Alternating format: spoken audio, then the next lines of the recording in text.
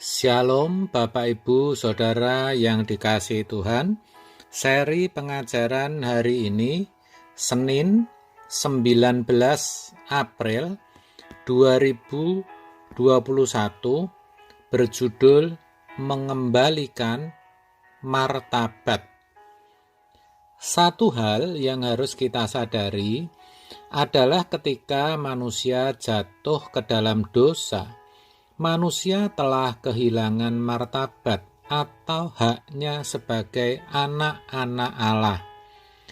Kalau Yesus mengajarkan kita memanggil Allah dengan panggilan Bapa melalui doa Bapa kami, sejatinya Ia hendak mengembalikan martabat kita sebagai anak-anak Allah.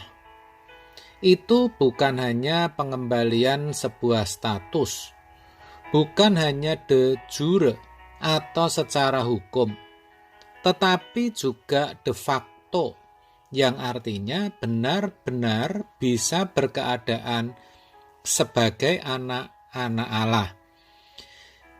Itu suatu anugerah, saudara. Perubahan secara status sudah terjadi ketika Yesus mati di kayu salib, di mana melalui darahnya Ia menebus dosa kita. 1 Korintus 6 ayat 20 mengatakan, sebab kamu telah dibeli dan harganya telah lunas dibayar. Karena itu, muliakanlah Allah dengan tubuhmu. Dikatakan, kamu telah dibeli dan harganya telah lunas dibayar.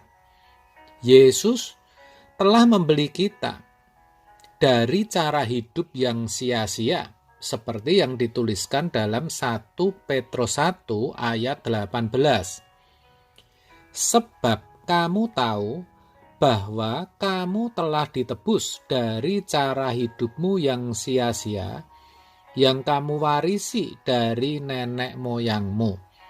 Itu bukan dengan barang yang fana, bukan pula dengan perak atau emas. Jelas bukan? Namun demikian, itu baru menyangkut status, baru secara de jure. Sedangkan untuk benar-benar bisa berkeadaan sebagai anak-anak Allah, kita diwajibkan untuk menanggalkan beban dan dosa. Beban itu menyangkut keterikatan kita dengan kesenangan dunia, dan dosa itu menyangkut segala ketidaktepatan kondisi batiniah kita dengan kehendak Allah.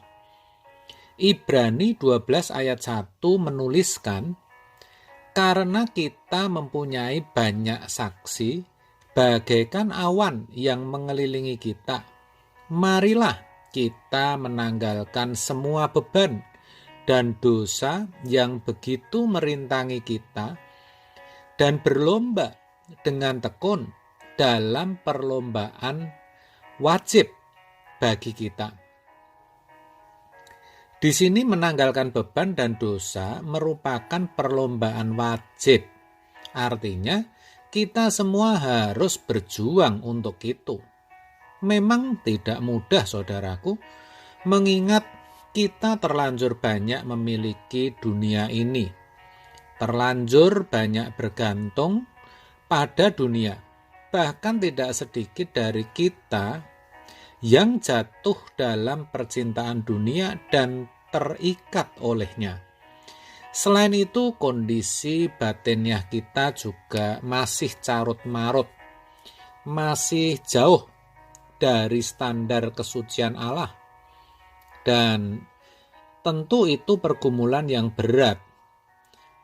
Tetapi dikatakan dalam Ibrani 12 ayat 4, dalam pergumulan kamu melawan dosa, kamu belum sampai mencucurkan darah.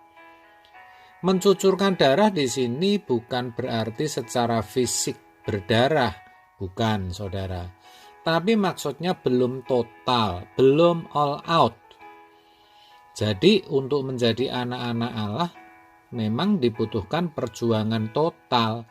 Kita harus all out dengan segenap hidup kita, mengerahkan segenap waktu, tenaga, perhatian, bahkan apapun dalam hidup kita ini. Ini harus menjadi satu-satunya perjuangan dalam hidup kita.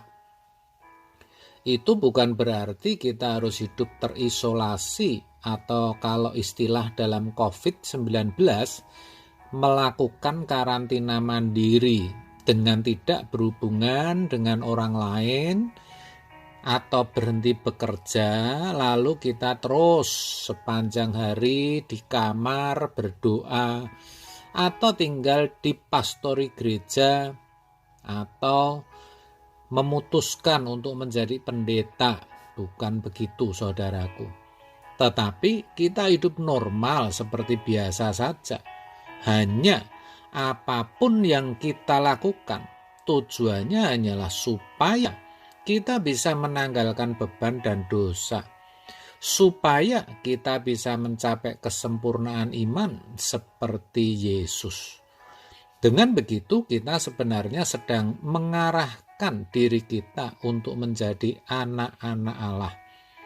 Kita sedang merespon upaya Yesus untuk mengembalikan martabat kita, untuk memulihkan hak kita untuk dihargai dan diakui sebagai anak-anak Allah. Tetapi sayang saudara, banyak di antara kita punya konsep yang salah. Tidak banyak orang percaya yang berpikir untuk bisa berkeadaan sebagai anak Allah, apalagi memperjuangkannya. Konsep atau pemahaman yang mereka miliki adalah ketika mereka percaya Yesus, semua beres. Bahkan jadi anak Allah juga sesuatu yang otomatis. Itu tidak benar, saudara. Kalaupun selama ini kita diajarkan seperti itu, kita harus sadar bahwa itu keliru, bahkan bisa dikatakan penyesatan. Oleh sebab itu, mari saudara, kita berubah, kita sadar dan sama-sama berjuang, supaya kelak kita juga bisa bersama-sama menjadi anggota keluarga kerajaan di langit yang baru dan bumi yang baru. Amin. Tuhan memberkati.